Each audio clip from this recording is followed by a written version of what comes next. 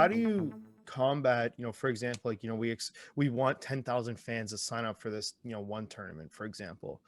But, as it goes forward, how do we combat the fact that, there's, of course, the majority of the people that are entering know they're probably not going to win. And after they've played one or they've played two, they know, damn, I'm not going to win these.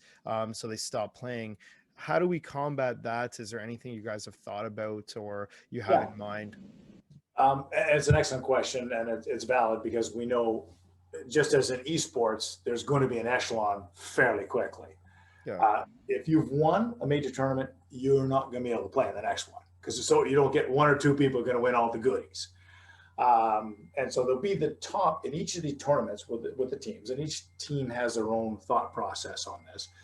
But there's going to be the three big prizes, and these will be, like I said, dinner with one of the players or season tickets, like major prizes. Most worth thousands of dollars. Yeah. Then there's going to be, a couple dozen lesser prizes, T-shirts, and then there'll be hundreds of discounts at the team's online store to buy team merch. Yeah. So, the first people, the top people are going to get the top prizes, as with every competition anywhere in the world in anything. And then there's going to be, a lot of people coming with something tangible, something they can wear. This is a lot of the teams think this way. And then even a larger number are going to get some sort of a discount, a coupon, if you would, to their online merch store. So hundreds should be able to benefit from each tournament, and it won't be the same. In the big three prizes, they won't be able, the top players. So we'll get them, they've won, 2 thumbs up, good for you. Now we're going to make some space. No, and I think that's great. It's good. It's good. Just for the health of the tournaments. I think this is great. Definitely put it in the video is, hey, if you've won a big prize, you can't play in the other tournaments. And I know it to some people might sound bad, but it's great for just, overall health. And, some other companies have done that as well. Other tournament organizers, once you win, great. Yes, you're moved up and maybe there's a playoffs or something at the end of the year. Great. You qualify, you win, you qualify for that, but you can't play in any of the other ones. And I think that's the teams great. want that too, right? I mean, because the teams, they've got 9 million fans. Yeah. And, yes, some fans are own boxes, and I don't think the guys who own the boxes are necessarily going to be in the tournament, but they might. It's probably going to be the younger fans. Let's face it, the majority of the fans are going to be between 19 to 30 that are playing for these prizes. Yeah. And once they've won, doesn't mean that once they've signed on to our platform, then they're our clients. We will market other tournaments to them. There'll be other cash prize tournaments that they can play, or free tournaments they can play on our side. They won't be team branded tournaments. They won't be playing for team branded items. So it's not like, hey, you win once and then you're out. You've won the big prize, but you can now play on our platform for maybe $1,000 weekly tournament prizes, etc. So there will be other opportunities, for those champions, if you would, to play. And then it also sets it up for, hey, at the end of the year, the 3 champions, maybe they play off against each other for some other prize. So we will have a bit of a ranking that'll start to develop as we proceed through this process. But, for the first tournament, all 9 million fans are equal in our eyes because we haven't seen anybody's gameplay. We'll be tracking it as we go forward, as will the teams. I mean, they're very interested in getting this data, and we've the agreements with the teams. So we will obviously share the data with each other, and they will know specifically which fans, and they can decide what they, if they want to do additional reach outs to them that they're clearly going to. So interesting. So we touched on, just the betting side. Now it's the sports team side. Is there anything else, blue skies that you want to chat about? I know we talk infrastructure sometimes, and that kind of thing. Is there anything you wanted to mention there? Well, yeah, on the infrastructure side, again, the industry is very young. Whether you're talking about building land-based, the land centers, and a lot of people think, oh, the land centers are very, that's old school, old model, doesn't make any sense. I would put back to anybody who's listened to this video, you could go into any town in Canada, and there's an arena. Even a small town of maybe 10, 15,000, there's going to be a hockey arena. Even though there's Maple Leaf Gardens, There's the Ottawa. Every one of the NHL teams already has a center, so why build additional center? Well, you got the feeder system.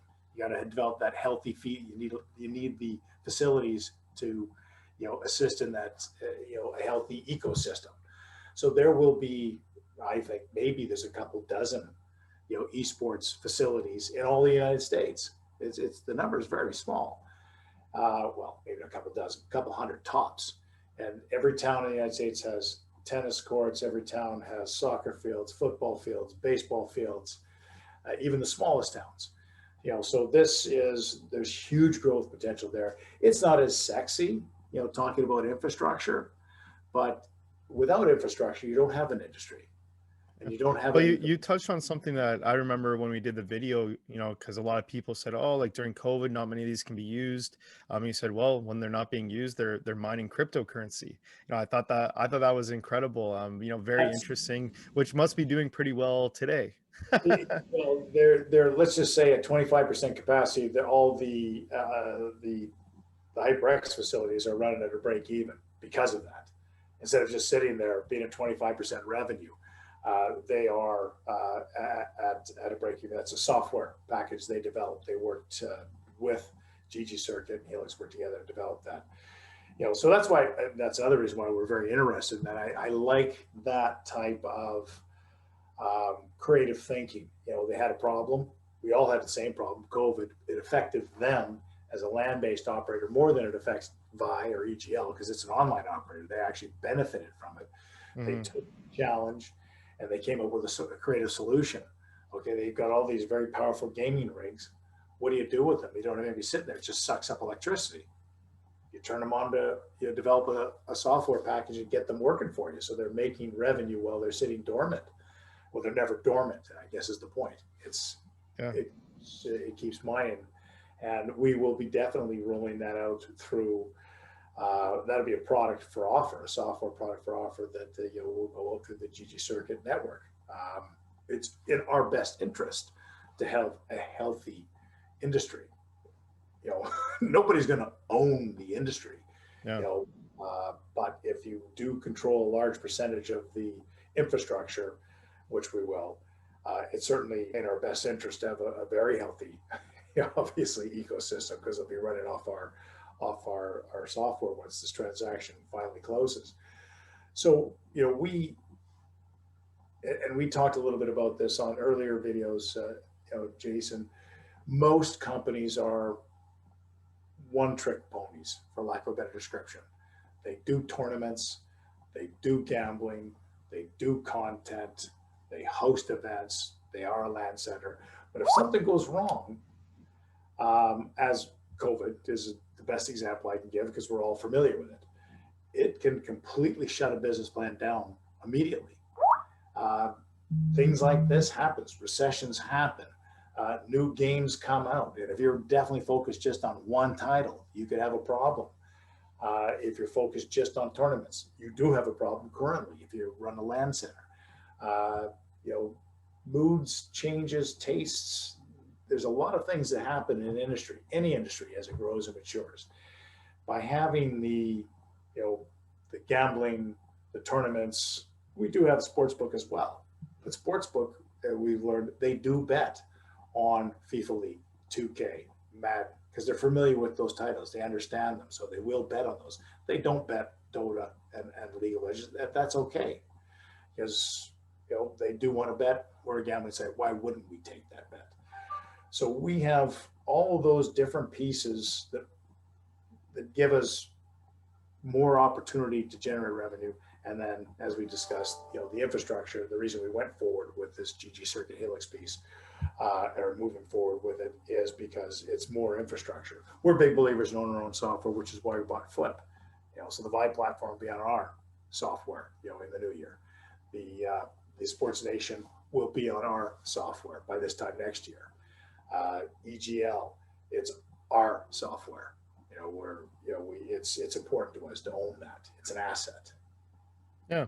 No, and that's another, part of the blue sky that I think people miss. And I know it's hard, if you're just a normal, just a normal person, normal esports guy, normal gamer, you name it, knowing the benefits of the software and all that behind the scenes. I understand it's tough to see, but hey, that's a huge part of the business as well. And the potential, you're already talking about software packages, looking at how can we make these into their own products, more revenue streams, more revenue streams. So that's great. But at least I think you covered the biggest ones, which is, the potential of just the industry growing and, of course, betting. And then the other side, working with a lot of these kind of teams, their branding, the users that'll be coming over, that explosive growth that we expect in 2021.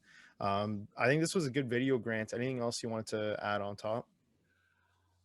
Well, just that, I mean, from an investment standpoint, I mean, I'm not sure, when somebody's watching, maybe they're just curious, they're fans of the sector. And so this maybe gives them a little bit of flavor for some of the things to come in the sector. From an investor standpoint, we're running at 1.2 times next year's forecast. The average in our sector is 6. So from an opportunity standpoint, you talk about blue sky for upside. Given what you've just heard in this video, I think that hopefully that gives people a better understanding why we do what we do, what we've done over the last very short period of time, and where we sit in relation to other companies that have multiples in the sector that only have one vertical they can pursue. I hope that appeals to some investors. As the, and clearly, in my opinion, you would expect this. We have the largest potential upside, but just do the research, and I think people will come to that conclusion on their own. Yeah, do that research, but also, feel free to reach out to the team, drop comments below, anything like that. I know Grant would love to take those questions. So are some of the other team members. So hey, if you're an investor watching this, you got a few questions about certain things, make sure you ask them below, or of course, email the company, you reach out to Grant, you name it, even the Twitter, anything. We'll make sure that it gets answered and gets back to you. So thanks so much, Grant. I think this was a great video. Thanks for having me, Jason. Always a pleasure, man.